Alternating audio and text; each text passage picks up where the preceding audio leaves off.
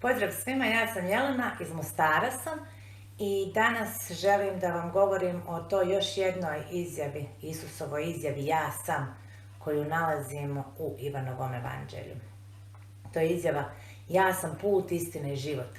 Nitko ne dolazi k Otcu osim po mene. Evanđelje po Ivanu, 14. glava, 6. stih.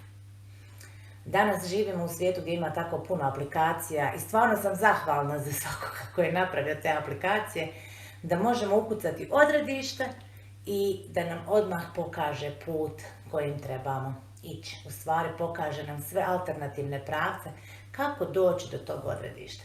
I onda mogu da izaberem koji mi put duže traje, koji kraće traje, koji put je možda skuplji, više zahtjeva od mene novaca, koji put možda ima neki ljepši predio kojim ću prolaziti. I onda odlučim prema tom trenutku što mi više odgovara i krenem na taj put.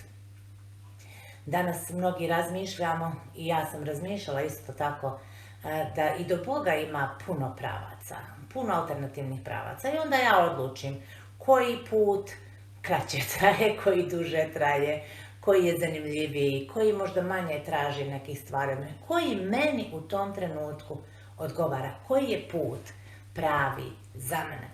I onda želim da izaberem taj put. Međutim, Isus nam ovdje jasno govori da nema alternative. Nema puno nekih puteva koji nas mogu dovesti do Boga. Put do Boga je samo jedan i on je kroz Isusa i Isusovu žrtvu na križu. Svi ostali putevi će nas voditi ka pogrešnom odredištu. Ostali putevi su lažni putevi i slijepi putevi. Znate, nekada, iako GPS nam kaže idi skreni lijevo, ja vidim neki put i pomislim, ovaj mi se čini puno ljepši, premamljiviji, lakši. Sigurno ja znam bolje i ja odlučim da krenem tim putem i tada zalutam. Zato što Isus kaže, ja sam put, ja sam istina i život. Vjerujem da mnogi sada ćete reći, pa stani Jelena, zar nema više istina? Ima moja istina i tvoja istina. Ono što je istina za mene ne mora biti istina za tebe. I da, zaista postoje uvijek dvije strane priče. Želimo reći, sačekaj da čuješ obje strane priče. Međutim, kako ja znam da sam visoka 1,64 cm? Zato što imam jednu mjeru, jedinstvenu mjeru, što je metar, standard. I ne postoji, pa stani, moj metar je malo duži od tvog metra i tvoj metar je nešto za tebe što tebe više odgovara. Ne, postoji jedan standard. Isus nam ovdje kaže, ja sam taj standard.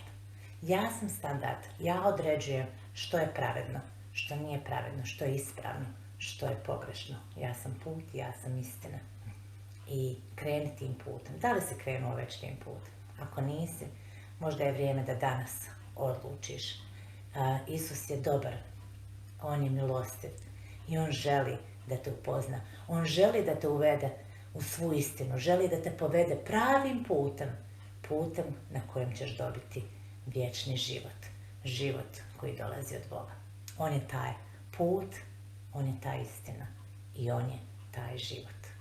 Možda danas razmisli i odluči se za njega.